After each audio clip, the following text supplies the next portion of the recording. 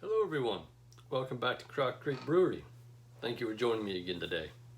I'm here inside in my spare bedroom because outside there is an obscene number of flies. But we have another taste testing video for you today. Today is one I'm super excited to share with you guys. Today is a long awaited taste test of spiced banana wine. Now, you did not see me make this recipe on camera. You saw me racking spiced banana wine. The reason for that was it was a very in-depth process to make the wine, and it was not my own recipe. This was a recipe I got from Happy Homesteading over in Orkney, Scotland. Good friend of mine, on YouTube anyways. I love his videos, love his content. He makes some amazing wines. This was one of the wines he made, and I just had to try it. So we made this wine back on March 21st, and it was bottled on May 14th. So it's been aging for a little over a month, and it's a good thing too, because when I first made this wine, it was extremely green. It was extremely harsh. And I knew that going into this wine because it contained cinnamon and nutmeg. I used cinnamon and nutmeg before in mead making, and they take a long time to age. Long for me is a month or two. I usually don't age my wines for 6 months to a year because I make my wines to drink.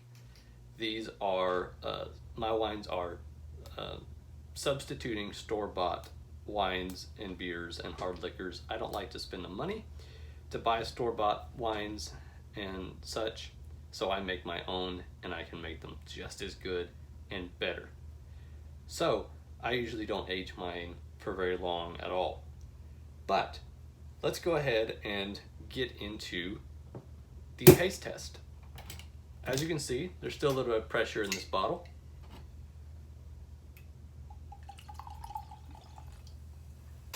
Okay, color.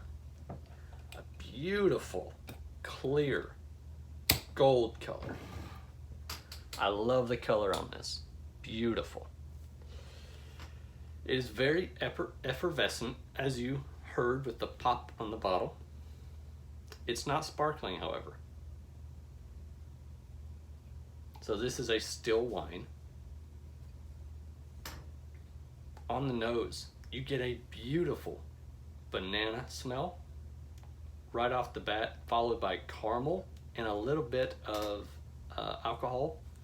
It reminds me very much of Banana Foster. If you've ever had that, where they catch it on fire with the whiskey and the bananas, and it's great.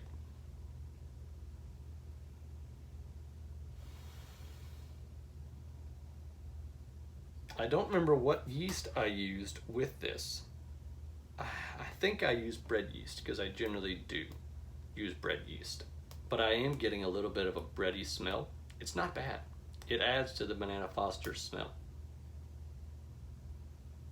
Okay, let's get into the taste.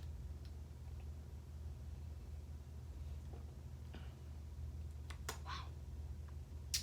Very, like I said, effervescent, but it's not sparkling. So it's very dry. It's not very sweet, but the residual sugars in the bananas do add a sweetness to it. Very pleasant. The bananas are very forward. I'm not sure if I'm getting very much of the spice yet.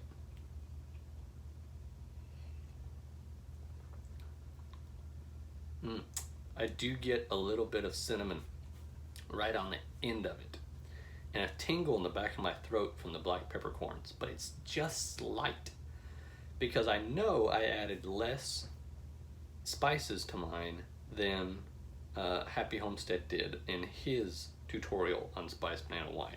I added a lot less spices than he did, but they are there. I don't know if I'm getting any of the nutmeg. It may have gotten lost among the cinnamon. I'm so happy this turned out. I actually did have a couple bottles of this that went bad. I'm not sure what happened. I do know what happened on one of them. One bottle I did find a fruit fly in. and it turned to straight up banana vinegar, and it spoiled. I had to pour it out. The other bottles I tried, I've been trying them here and there in the last month. They've all been pretty harsh. Several bottles did turn to vinegar. I have 2 bottles of this, the same size, 750 fluid ounce bottles, that are still good. And I'm so pleased that this turned out. It does require a bit of age on it. This is not one that you can drink straight out of the fermentation vessel. I usually don't age my wines, like I said before, so I usually don't make a lot of wines that require age. But this is one I think I'll make again. And I'll put a note in my book to age it for a month before you drink it, because this is really pleasant. I had a lot of banana type drinks on my cruise I took last year to the Yucatan Peninsula in Mexico, and I went to Honduras. One of the best vacations I've ever taken. But I had a lot of banana drinks down there in Mexico, and this reminds me of that style of drink. Very islandy, coastal type drink.